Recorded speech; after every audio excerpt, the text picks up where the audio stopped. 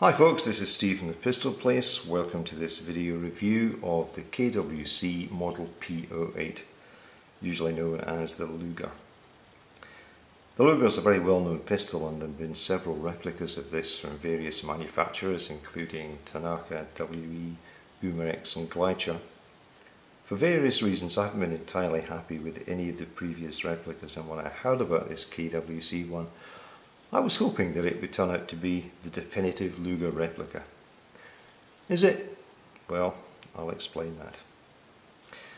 First thing I should say is that I got this one from a German supplier. Now I was a little bit confused because on the German site it's listed as a GSG product. GSG stands for German Sport Guns. GSG are a company who market various replicas and 2.2 firing pistols. When I saw it, I wasn't sure that it was the KWC, but it is. You can see that the box it comes in is the KWC box. So you may see it listed as a GSG P08, but don't be fooled, it's the KWC pistol. Well, we've got the box out. What do you get inside it? Well, you get an Allen key for tightening and piercing the CO2, and you get various pieces of paper and a small box of BBs, as you can see. Now the small bits of paper I shall talk about briefly. There is a piece of propaganda from KWC on the rest of their range, some of which look very nice. I particularly like the look of the MAKARALI blowback, but that's for another review I guess. There is an owner's manual. Now some owner's manuals from Taiwan are not very good. This one's spectacularly bad. It's one of the worst I've seen. It really tells you nothing that you need to know. There's a number of amusing misspellings in it. You'll see on the back here we have an explored view of the pistol, which I guess should be an exploded view. It's even more useless than most Taiwanese owner's manuals, so you're not going to spend much time looking at that. Also inside the box was a sheet of paper from GSG with what looks like some additional information on the pistol, which is in German, which I can just about read, and that also seems to have some fairly obvious mistakes in it, which I'll talk about in a moment. Okay, let's have a look at the pistol itself. Visually, it's a very good replica of the Luger. It has very good weight. When you pick it up, it feels notably heavier than most replicas. It reminds me a lot of the Tanfoglio Witness, the first time I picked one of those up. It feels like a well-made and heavy replica, and given that that's made by KWC as well, probably no surprise there. So it looks pretty good. It feels pretty good. Markings, well, there aren't many. You can see that on the right side here we have the KWC model number. So it really is a KWC pistol. And on the left side, for some reason, we've got GSG. Cal 6mm. Obviously this is added to the pistol later by GSG, who I guess are acting as distributors for this pistol in Germany. The P08, or the Luger, let's call it that, is a fairly unique looking pistol because it uses a completely different system than most semi-automatic pistols. It doesn't have a moving slide. What it has is a receiver on top of the frame here, and within the receiver a toggle mechanism. The toggle mechanism, you'll see here, on the cartridge version, this moving back extracts the old shell and puts the next shell into the breech ready for firing. Works in exactly the same way here. This is a very good replication of the toggle, works in exactly the same way. You'll see that it's locked back. There isn't any equivalent to a slide release on the Luger. The only way to release the toggle is either to have a round in the magazine, in which case it'll release, or if, as you have an empty magazine, the only way to release the toggle is to take the magazine out and pull it again, and the toggle will close. I've got to say that the toggle, which is really a central part of the way the Luger works, is really nicely done here. I've owned both Tanaka and WE versions, and on those the toggle mechanism is quite flimsy. It isn't here, it feels really nice. You'll see that as the toggle moves back, it gets to a certain point and then it moves the whole receiver backwards in the frame. Again, that's exactly what it should do and how it should work. This is a very nice replication of how the Luger works. In fact, the whole pistol is. I'll discuss some of that later. I'm going to show how to take down the Luger. It's not something I usually bother with on my reviews, but I know that some people are a bit worried about how you actually take this thing apart. It's perfectly easy, it's just different to any other sort of semi-automatic pistol. I want to do that, I want to show it's done too, because there's a couple of things inside the pistol I want to discuss. So okay, how do you take it down? Well, first thing is take the magazine out, which I've done. Then push the receiver back so it's sitting at the back of its travel, like that, and hold it against the return spring. Move the takedown lever down through 90 degrees and then remove this small cover plate. Okay, that's it. Now the receiver and the barrel will slide forward off the frame. Nice and easy. The toggle mechanism, barrel and everything else come off together. One thing to be a little bit careful about is there is a washer in here at the rear, and if the pistol is very dry, and this one certainly was when I received it, that washer can fall out when you take the receiver out of the frame, so make sure you don't lose it. I'm also going to take the toggle mechanism out of the receiver. Again, it's fairly easy, but you do have to be a little bit careful. It's slightly more fiddly than it is with dismantling a semi-auto with a slide. What you have to do is push out this pin at the rear here. You don't have to drift it out, it's just a push fit, but what you do have to be careful about is that the return spring is under tension. So when you push out the pin, the toggle, the barrel, everything else will tend to spring out unless you hold it in place with your finger while you're removing the pin. Okay, let's push the pin out. Okay, so the pin's out, and if I carefully now release the tension, you can see that the barrel, the toggle mechanism can all be withdrawn. There's the barrel, this is the toggle. So taking it apart is not actually difficult. It's a little bit more fiddly than it is for some pistols, but not difficult. One of the things you'll notice is that the barrel has a two-piece spring.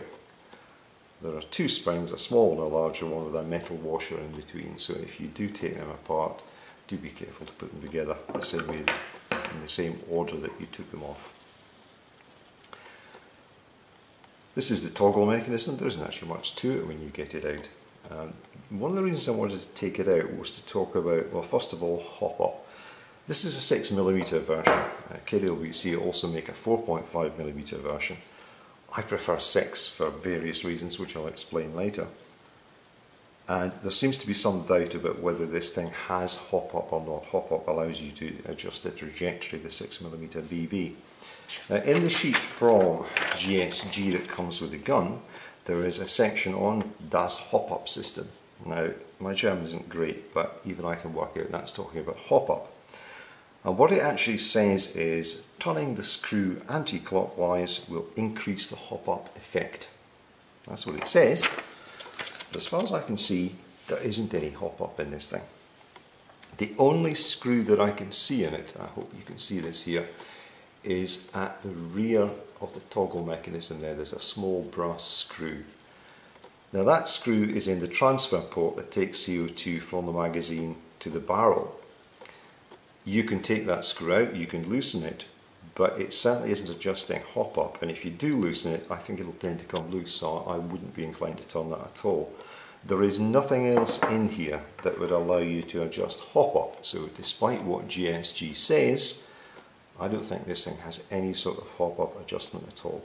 Also, if you look down the barrel, which I can't really show you on the camera, there is an O-ring inside the barrel, but there's no means of tensioning it, which is generally how you adjust hop-up. The other thing I wanted to show you is that, again, at the rear of the toggle mechanism, and I'm not sure how well this is going to show up on camera, there is some wear at the edges of this unit. Now, I've probably shot not much more than 150, maybe 200 rounds through the KWC Luger, and already this is showing some signs of wear. It's as it retracts and hits the back part of the toggle, it's starting to wear. That's a little bit worrying, it's a bit surprising. It's certainly something I'll be keeping an eye on.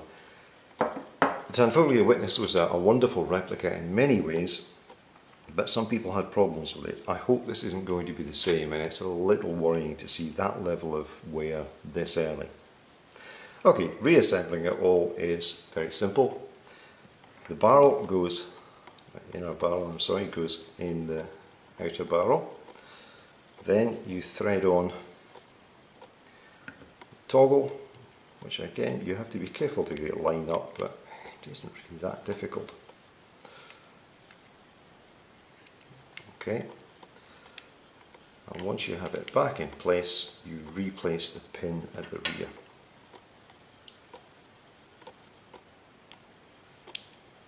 Which is the most fiddly part of the whole thing, as you can see.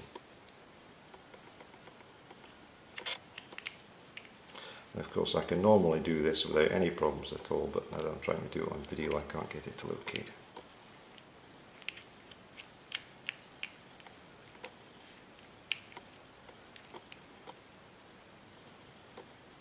Right, finally. Pin pushes all the way through, washers on the other side. That goes down, the receiver fits back onto the frame, like this. Push it so it's at the rear of its travel, replace the cover plate and shut the takedown lever. You insert the magazine and we're good to go. Not difficult really, but more fiddly than it is with most semi-autos. And it's kind of about how the Luger works. It's a really complex design, which is beautifully replicated here. Even the trailer mechanism is the most Heath Robinson thing you can imagine. The trigger is down here. In fact, I'll take the cover plate off for a moment so I can show you. The trigger, when it moves, simply operates a small slot in here. And what goes into that slot is a very small moving pin on the cover plate. You can just see it moving there. That then presses on some bars here. They work almost in a seesaw arrangement, so when one goes up the other one goes down, and that eventually feeds the motion through to the internal trigger. As I say, it's quite a strange arrangement. It does kind of work, but it does give you quite a spongy trigger, and that's just how Lugers are, and it replicates it very nicely. But it's more complicated than it needs to be, probably. But there you are, it's a Luger, that's what happens. The magazine is a pretty much standard KWC magazine. CO2, I have an empty CO2 here, fits into the magazine, and then you tighten the plug in the bottom with the supplied Allen key until it pierces. As I say, it works just the same as most KWC magazines. It's slightly more difficult because the magazine itself is so tiny, it's quite difficult to get a good hold of it and stop it turning as you're tightening the Allen key, so sometimes there is some loss of gas. BBs up to 15 on the 6mm version. The follower doesn't lock back, but you can hold it back. The string isn't particularly powerful, so it's not difficult. BBs go into this loading hole here, and when it's loaded, you're ready to put it back into the pistol. When you're fitting it, certainly when I first got mine, on a couple of occasions it felt like it had locked, but then the magazine dropped out, so you don't want to push it in too hard, but do make sure that it's nicely located into the grip, otherwise it may drop out when you're using it. So overall, good. Plastic grips, black plastic. Okay, that isn't what Lugers have, they almost always have wooden grips. I can't say I mind too much about that. Everything on it is as it should be. There is this piece on the rear of the grip, which on the real one was used to clip on a shoulder stock to some versions of the Luger. I have no idea whether KWC will be producing a shoulder stock for this one, but they've certainly modelled this accurately, so it looked like it could feasibly take a shoulder stock. Safety, well, pretty basic. Safe and fire. Works as you'd expect it to. Magazine release behind the trigger, just where you'd think it was. So in some ways it's very different, in other ways it isn't. Okay, let's take a look at how it shoots.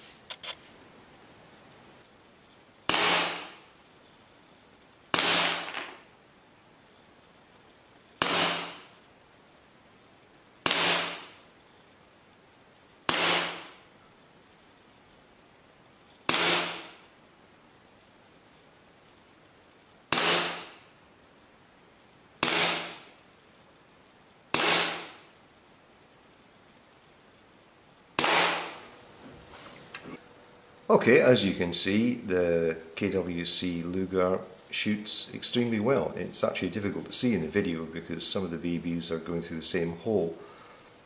The grouping was fairly tight. I think there was one fly that landed maybe 1.5 inches away from the rest, but otherwise certainly better than most BB pistols.